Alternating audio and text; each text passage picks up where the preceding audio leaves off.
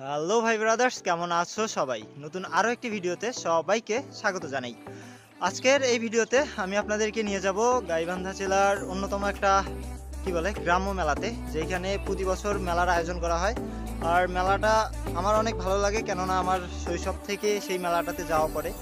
তাই ভাবলাম যে মেলাটাতে যাই আর সেই মেলাটা সম্পর্কে আপনাদেরকেও কিছু বলি এবং সেই মেলাটা আপনাদেরকে দেখাই। সো আমি আছি এই মুহূর্তে পূর্ব রাধাকৃষ্ণপুর থেকে একটু পশ্চিমে। আমি আছি এখন হরিপুর, আর এইখান থেকে সম্ভবত মেলায় যাইতে আর 5-6 কিলো রাস্তা বাকি। গ্রামের মধ্য দিয়ে যাচ্ছি, একদম দেখতে পাচ্ছেন চারপাশের সবুজ প্রকৃতি।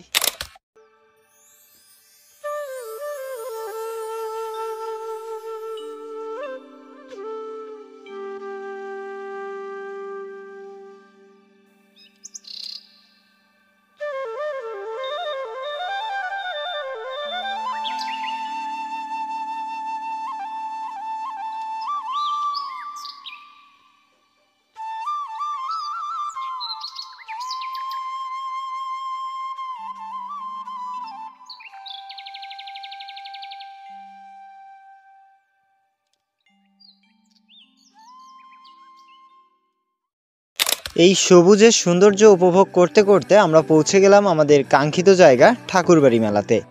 এরপর এখানে এসে দেখতে পেলাম যে এখানে বেশ ভালোই মানুষজন জড়ো হয়েছে, যদিও আমরা আসতে একটু দেরি করে ফেলেছি, আর একটু পরেই রাত নামবে।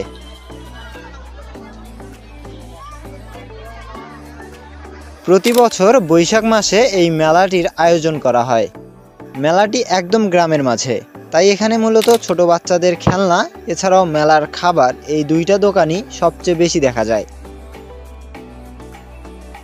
চাচা, এগুলোর দাম কত? ওই দিকের গুলো 10, এদিকের 5। মেলার খাবারগুলো সারা বছর পাওয়া যায় না, তাই এইখানে মেলার খাবারের দোকানগুলোতে কিন্তু প্রচুর ভিড় থাকে, অর্থাৎ গ্রামের সকল মানুষ কম বেশি করে মেলার খাবারগুলো কিনে নিয়ে যায়। মেলা ঘুরতে ঘুরতে এক পর্যায়ে দেখতে পেলাম মেলার একটি কর্নারে একটি দোকান একদম ঝলমল করে চলছে, তাই একটু আকর্ষিত হয়ে সেই দোকানের দিকে এগিয়ে গেলাম। আর এগিয়ে গিয়ে দেখি দোকানটি হচ্ছে একটি আচারের দোকান, অর্থাৎ যেখানে নানান প্রকার আচার পাওয়া যাচ্ছে।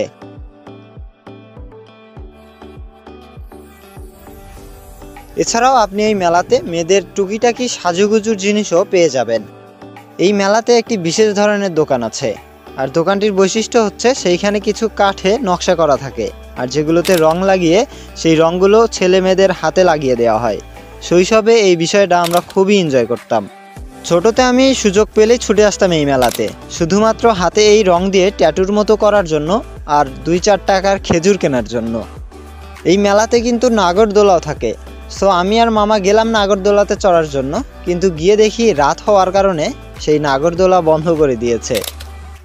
তাই একটু মন খারাপ করে মামা ভাগিনা আবারও চলে গেলাম মেলার সেই খাবারের দোকানে, কারণ বাড়িতে ফিরলে বাড়ির লোকজন তো মেলার খাবার খুঁজবেই খুঁজবে।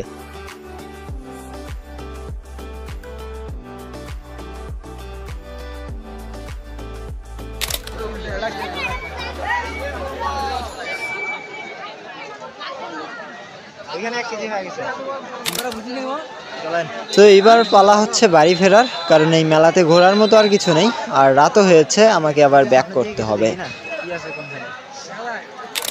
তো ভিউয়ার্স, আমরা মেলাতে ঘুরলাম অনেকক্ষণ, আর এখন আমরা চলে যাচ্ছি, কারণ রাত অনেক হয়েছে আর আমাকে আবার বাড়িতে ফিরতে হবে।